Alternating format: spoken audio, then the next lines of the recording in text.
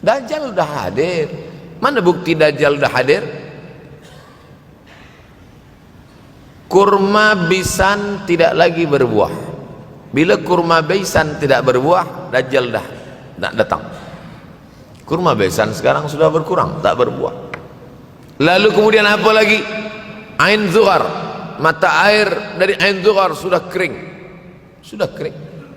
Oleh sebab itu, tapi manakala dulu datang Habib Umar bin Hafiz, saya hadir majelis itu, adalah seorang bertanya, Habib, ya, Imam Mahdi dah lahir atau belum? Saya tengok Habib menjawab, sepertinya dia macam tak suka pertanyaan. Kata dia, kita tak perlu mencari-cari dia dah lahir atau belum, kampung dia di mana, dia lahir di hospital mana, dia tak perlu. Yang perlu kita siapkan adalah iman dan takwa pengetahuan kita, supaya kita jangan sampai terkecoh, supaya kita boleh membezakan mana hak, mana batil, mana betul, mana salah, mana lurus, mana bengkok, mana hitam, mana putih. Sehingga dengan istiqomahnya kita beribadah ini, kita boleh membezakan mana Al-Masih yang original, yang asli, mana Al-Masih Ad-Dajjal. Makanya tadi sebelum salam kita berkata, Allahumma inni a'udzubika min adzabi jahannam wa min adzabil qabri wa min fitnatil mahya wal mamat wa min syarri fitnatil masihid Dajjal. Membaca, menghafaz 10 ayat di awal surah Al-Kahfi. Siapa yang menghafaz 10 awal ayat, hadis lain mengatakan 10 akhir, 10 awal 10 akhir, elok dua-duanya. Tapi Masya Allah, tabarakallah, anak-anak kita yang pakai jubah, pakai sorban putih ini, daripada tahfiz Quran, mereka tidak hanya menghafaz 10 awal 10 ujung, dari awal sampai ujung dia hafaz, 30 juzuk dia hafaz. Mudah-mudahan anak-anak kita penghafaz Al-Quran. Allahumma ja'al abna'ana wa banatina min huffazil Quran wal hafizat. Jadikan anak-anak kami menjadi para penghafaz Al-Quran, ya Allah, supaya selamat dia daripada fitnah Al-Masih Ad-Dajjal. Tapi saya pilihkan hadis tentang yang 5 ini.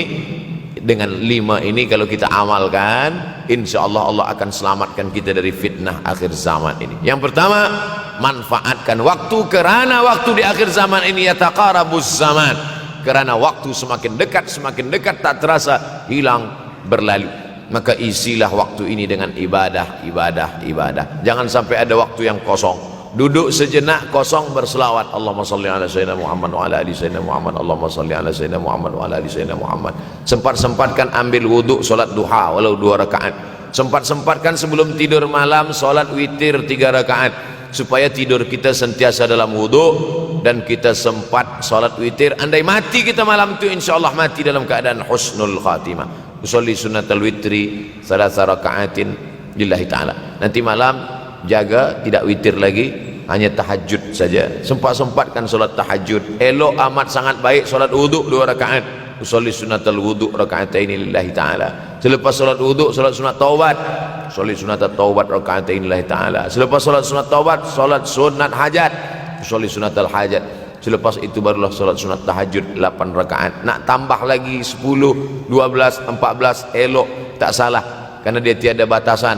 Adakah sahabat Nabi yang melakukan ini? Ada. Qatadah bin Nu'man, dari selepas Isya sampai azan subuh. Imam Ahmad bin Ambal, dari selepas Isya sampai azan subuh. Bahkan mereka menghatamkan Al-Quran dalam tahajud mereka. Maka bahkan ada imam yang disebut dengan As-Sajjad, kerana banyak sujud kepada Allah Subhanahu wa ta'ala. Kerana akhir zaman ini godaan begitu besar. Dulu orang tengah malam tahajud, jam 2 malam, jam 3 malam dia bangun, kerana dia membaca hadis sab'atun yudhilluhumullah. Ada 7 golongan yang mendapatkan naungan Allah, yauma la dhilla illa dhilluh. Hari itu tak ada naungan kecuali naungan Allah. Rajulun, ada seseorang, zakarallah, dia berzikir mengingat Allah, khalian, di tengah malam tak ada manusia, fafadat ainahu, menetes air matanya. Maka yang pertama ini, jangan sampai kita kehilangan waktu, kerana waktu, al-waktu kasaif, waktu ini seperti pedang. Illam taqta'hu qata'aka, kalau tidak kau patahkan dia. Kalau kau dapat pedang, patahkan. Sebab kalau tidak kau patahkan, dia yang akan memotong engkau, mematahkan tulang-tulang engkau. Waktu ini kalau tidak kita manfaatkan, kita akan ditanya tentang waktu, kemana saja waktu yang sudah kau pakai. Inna sam'a, pendengaran, wal basar, penglihatan, wal fuad, hati, kullu ulaika kana anhu mas'ula. Semua akan disoal, semua akan diminta tanggung jawab di hadapan Allah. Kemana waktu yang sudah aku bagi dulu engkau pakai? Yang pertama nanti ditanya, la tazulu qadama 'abdin yaumal qiyamah. Kaki anak Adam tidak akan bergeser, tidak akan beralih dari tempat tegaknya pada hari kiamat hatta yus'al, sampai dia disoal, sampai dia ditanya. La tus'alunna yauma idzin 'anin na'im. Banyak yang akan ditanya nanti, tapi Nabi bagi tahu di antara yang akan ditanya dari sekian banyak nikmat itu 4. Yang pertama, an umrihi fima afnah. Umur kemana engkau habiskan? Hari ini ada anak-anak muda belia umurnya 17 tahun. 17 tahun habis menghafaz Al-Quran. 17 tahun habis iktikaf dalam masjid. 17 tahun habis berzikir, berjubah, bersorban, mengabdikan ilmu, berkhidmat kepada ulama. 17 tahun habis. Tapi ada pula yang dibalik, 71 tahun habis. Rumah, office, kopi, rumah, office, kopi, rumah, office, kopi, batuk, mati, habis. Apa yang dapat kita bawa menghadap Allah SWT? Yang pertama, yataqarabuz zaman. Yang kedua adalah wa yanqusul ilmu. Ilmu semakin berkurang. Kalau sudah ilmu berkurang, apa yang bertambah? Jahil. Kalau ilmu bertambah, jahil berkurang. Kalau ilmu berkurang, jahil bertambah. Mana ada orang jahil cakapnya didengar orang? Saya dulu awal-awal membaca hadis ini, wa yanqusul ilmu. Ilmu berkurang, jahil bertambah. Rasanya tak mungkin, tak logik, tak masuk akal. Mana ada orang tak berilmu cakap dia didengar? Sekarang baru saya faham. Dulu orang tak berilmu ditinggalkan orang. Sekarang orang tak berilmu asal dia pandai berbicara, dia akan didengar orang. Bahkan orang jahil pula punya channel. Apa namanya? Jahil.com. Orang jahil punya channel. Banyak pula follower dia daripada follower kita. Banyak pula viewer dia daripada viewer kita. Sebab apa? Sebab yang menyaksikan tiada berilmu, yang berbicara tiada ilmu. Oleh sebab itu maka kita galakkan menuntut ilmu di majlis-majlis ilmu. Untuk apa Abdul Somad sudah berumur 43 tahun pun masih pergi juga lagi ke Sudan belajar? Apa yang nak dicari ini? Tak lain tak bukan, mudah-mudahan kita termasuk orang yang sampai akhir hidupnya mencari ilmu, insyaAllah. Saya datang kemari bukan niat mengajarkan ilmu. Saya datang ke Malaysia tetap niatnya belajar mencari ilmu. Man salaka tariqan, siapa yang melangkahkan kaki melalui suatu jalan, yaltamisu fihi ilman, siapa yang melalui suatu jalan niatnya untuk mencari ilmu, sahalallahu lahu bihi tariqan ilal jannah, dimudahkan Allah jalannya menuju surga. Innallaha la yantazi'ul ilma intiza'an. Innallaha la yanzi'ul ilma intiza'an. Allah kalau mencabut ilmu, bukan macam mencabut pokok kayu dari tanah. La yantazi'ul ilmu intiza'an. Allah tidak mencabut ilmu macam mencabut pokok kayu dari tanah hingga ke akarnya, tidak. Lalu bagaimana ilmu ini dicabut? Biqabdil ulama. Dengan matinya ulama maka habislah ilmu. Meninggal Imam Syafi'i, berkurang ilmu. Meninggal Imam Nawawi, berkurang ilmu. Meninggal Imam Fulan, berkurang ilmu. Maka yang hadir adalah al-juhala. Yang lebih menakutkan lagi adalah al-juhala bithawbil ulama. Orang jahil dengan pakaian ulama. Abdul Somad tidak mengatakan dirinya ulama. Saya selalunya membacakan ayat Quran, membacakan hadis Nabi, menyampaikan fatwa ulama. Tak pernah saya berceramah, bertausiah. Menurut saya, siapa saya? Siapa kita? Syafi'i manusia, saya manusia. Syafi'i boleh berfatwa, saya juga boleh berfatwa. Imam Syafi'i berfatwa Al-Quran 30 juzuk dalam kepala dia. Kita juzuk 30 pun kadang-kadang hilang. Imam Syafi'i balik dari masjid ke rumah, dia tutup telinga. Datang orang bertanya, Syafi'i, ya, kenapa engkau tutup telinga? Sebab bila aku dengar dari masjid ke rumah, semua yang aku dengar masuk tu semua aku ingat. Aku takut dia ingat di dalam, maka aku tutup. Kita yang saya sampaikan tadi pun tak ingat. Oh, Ustaz mengejek kami, enggak. Jangankan yang mendengarkan, yang bercakap pun tak ingat. Nasib baik datang orang Jepun mengingatkan kita. Nah, ini nama dia Sony. Manusia ini lupa. Oleh sebab itu maka yang kedua akhir zaman, wa yanqusul ilmu, ilmu makin kurang. Maka bersyukur anak-anak yang dimasukkan ke rumah tahfiz. Kalau ada rumah tahfiz di kampung biasa, kalau ada rumah tahfiz di desa, dusun biasa, tapi ada tahfiz di tengah kota besar Kuala Lumpur, masih ada lagi rumah tahfiz Quran. Siapa yang mewakafkan rumah tahfiz? Siapa yang memberikan beras? Siapa yang memberikan duit? Siapa yang memberikan belanja? Siapa yang mengirimkan ustaz? Masya Allah, tabarakallah. Maka ini semua mudah-mudahan kita istiqamah semuanya insyaallah. Supaya apa? Supaya lahirlah anak-anak kita yang alim, berilmu. Karena ini makin banyak orang jahil, alftau bi ghairi ilmin, memberikan tazkirah fatwa tanpa ilmu, dhalla wa adalla, dhallu wa adallu, sesat, menyesatkan. Kalau setakat sesat saja, ini sudahlah sesat, menyesatkan. Na'udzubillah. Masuk yang ketiga. Yang ketiga adalah wa yanqusul ilmu, setelah habisnya ilmu-ilmu ini semua dicabut oleh Allah Subhanahu wa taala, lalu kemudian setelah ilmu dicabut Allah Subhanahu wa taala, wa yulqas syuh, wa may yuqashuh, sin dengan hak kecil, wa may yuqashuh nafsihi fa ulaika humul muflihun. Siapa yang selamat daripada sifat syuh, itulah orang yang beruntung. Hayya 'alal falah, mari kita menuju keberuntungan, kemenangan. Siapa orang yang menang? Selamat daripada sifat syuh. Ada orang menerjemahkan syuh ini pelit, bakhil. Bakhil ada yang lebih parah daripada bakhil. Syuh. Bakhil ini, bakhil tidak ingin memberikan uangnya untuk orang lain. Itu bakhil. Dia ada uang 10 ringgit, uang itu hanya dia makan saja, dia tak mau walaupun setengah sen kepada orang lain. Itu namanya bakhil. Kalau syuh ini, duit dia simpan, duit orang pula dia makan. Nah itu syuh. Jadi lebih parah lagi. Oleh sebab itu kalau sudah ilmu ini dicabut, orang menjadi jahil, maka datang penyakit syuh yang ketiga. Apa itu syuh? Hubbud dunya, hubbul mal, wa tuhibbul mala hubban jamma. Engkau sayang kepada harta amat sangat sayang. Dia pegang semuanya sampai tak meleleh, tak menetes walaupun satu tetes. Akhirnya mereka inilah pendusta-pendusta agama. Ara'aital ladzi yukadzibu biddin, tahukah kamu siapa itu yang mendustakan agama? Fadzalikal ladzi yad'ul yatim, mereka itu yang membiarkan anak yatim. Wala yahuddu ala ta'amil miskin, dia tidak mempedulikan makanan orang miskin. Sebab apa? Bukan sebab tak ada harta, sebab syuh. Kenapa syuh? Sebab tak ada ilmu. Tak ada ilmu tentang akhirat. Dia pegang, dia simpan, mati, habis. Yang dia bawa hanyalah 1, 2, 3 helai kain kafan saja.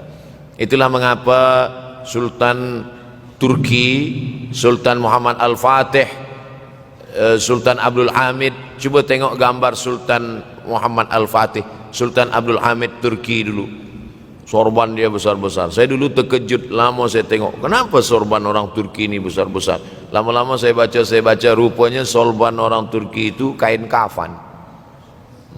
Tuan-tuan balik dari sini beli kain kafan 2 meter, ikatkan kepala, bawa sembahyang supaya ingat mati. Bolehkah menyiapkan kain kafan? Baca kitab Tanbihul Mughtarrin, peringatan bagi orang-orang yang tertipu. Di situ ditunjukkan banyak ulama, bahkan mereka menggali tanah di dalam rumahnya. Malam-malam dia tahajud, selepas tahajud dia duduk di dalam tanah itu supaya terasa bagaimana rasanya mati. Gali tanah 2 meter, masuk ke dalam. Tapi kalau nak buat itu kita saja dengan Allah. Jangan pula, banyak juga orang sekarang udah gali tanah masuk ke dalam, streaming pula. Hai guys, nak rasakan mata? Mana boleh terasa? Kita saja masuk ke dalam, rasakan macam mana rasa. Sebab kalau cakap saja, marilah kita ingat mati, takutlah kita pada mati, kita tak tahu bagaimana rasa mati.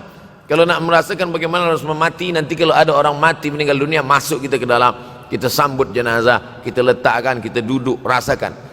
Ketika Fatimah meninggal, Fatimah emak Sayyidina Ali meninggal, Nabi masuk ke liang lahat. Masuk Nabi ke liang lahat. Nabi berdoa di dalam. Ketika Utsman bin Maz'un meninggal, Nabi masuk ke dalam. Nabi pegang jenazah Utsman bin Maz'un, meleleh air mata Nabi turun ke misai, turun ke janggutnya, turun menetes sampai ke bawah. Merasakan bagaimana rasanya di dalam.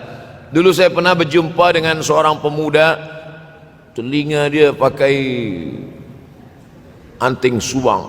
Lalu kemudian saya tengok banyak tato dia. Saya tanya, macam mana cerita awak bertaubat dulu? Mak saya meninggal, Ustaz Abdul Somad. Lepas tu saya tegak di tepi kubur. Macam ada yang menolak saya dari belakang, masuk saya ke dalam. Masa masuk itulah terasa sejuk di kaki. Datang rasa takut saya. Makanya kalau ada orang yang sudah kita bagi tazkirah, bagi nasihat tak juga, nanti ada orang meninggal, bawa dia agak dekat, senggolkan sikit jatuh. Gitu caranya supaya kita terasa mati ini, supaya apa? Hilangkan penyakit syuh, cinta harta, takut mati, dan membuat kita menjadi bakhil, pelit. Na'udzubillah. Yang keempat, wa tazharul fitan. Ini yang terkait dengan tajuk kita yang keempat. Wa tazharul fitan. Banyaklah fitnah, siksa. Dulu masa saya kelas 1 madrasah tahun 1990, berkumpullah kami bersama-sama dengan cikgu mengkaji masalah apa? Masalah Bosnia Herzegovina, mengamuk Slobodan Milosevic, menghancurkan umat Islam di Bosnia. Sampai ada yang meminta fatwa kepada Syekh Yusuf Al-Qardawi, bolehkah perempuan yang perempuan Bosnia yang dirogol tentara Serbia hamil, bolehkah dia menggugurkan anaknya? Kata Syekh Yusuf Qardawi, tak boleh. Maka dia biarkan saja anak itu lahir dan dia tidak dianggap berdosa karena ini sudah takdir Allah SWT. Bagaimana mereka dibunuh? Maka makin banyaklah selepas Bosnia datang pula yang terjadi di Rohingya, di Uighur. Umat Islam berkumpullah presiden-presiden negeri Islam di Kuala Lumpur. Erdogan datang, kumpul semuanya membahas bagaimana nak menolong Muslim Uighur. Rupanya umat Islam pun tak sanggup nak menolong. Apa yang boleh dilakukan di Uighur? Berdoalah umat Islam. Rupanya Allah kalau mau menolong mudah saja. Mudah saja Allah menolong. Tidak datang rudal skat, tidak datang tentera, tidak datang senjata, cukup datang corona, selesai. Allah Subhanahu wa taala, wa makaru wa makarallah. Mereka membuat tipu daya, Allah balas dengan tipu daya yang lain. In tansurullah, kalau kau tolong, ittaqu da'watal mazlum, takutlah kamu terhadap doa orang-orang yang teraniaya. Fa innahu laisa bainahu wa bainallahi hijab, karena di antara dia dengan Allah tak ada hijab sama sekali. Wa yaksurul wa tazharul fitan, banyaklah fitnah. Yang terakhir, yang kelima, wa yaksurul haraj. Wa yaksurul haraj, banyak terjadi haraj, kata Nabi. Sahabat pun bertanya, ya Rasulullah, wa mal haraj? Apa haraj itu ya Rasulullah? Kata Nabi SAW, al-haraj al-qatlu. Nanti di akhir zaman itu akan banyak pembunuhan. Dulu pun banyak juga pembunuhan, tapi tak banyak sekarang. Pembunuhan di Palestina sampai sekarang tak berakhir. Pembunuhan Rohingya tak berakhir. Pembunuhan di Uighur, pembunuhan. Dulu imam-imam masjid, imam salat tarawih dulu di Masjidil Haram, Allahumma ansuril Islam wal muslimina fi Palestin. Dulu satu aja. Selepas itu bertambah, Allahumma ansuril Islam wal muslimina fi Palestin wa Suriah. Selepas itu bertambah lagi, Allahumma ansuril Islam wal muslimina fi Palestin wa Suriah wal Yaman. Selepas itu bertambah wa Uighur, wa akhirnya wa fi kulli makan. Semakin bertambah. Oleh sebab itu maka ini di antara fitnah akhir zaman. Man lam yahtam bi amril muslimin falaysa minhum. Selepas kita kaji hadis ini, apa tujuan kita? Tujuan kita semakin menguatkan keyakinan, banyak-banyak beribadah, nasihatkan anak menantu, sahabat, jiran, tetangga supaya semakin istiqamah menjalankan syariat, rajin-rajin solat berjamaah, banyak-banyak berzikir, hatamkan Al-Quran, banyak-banyak berinfak, banyak-banyak bersedekah. andai mati kita, insya Allah mati dalam keadaan husnul.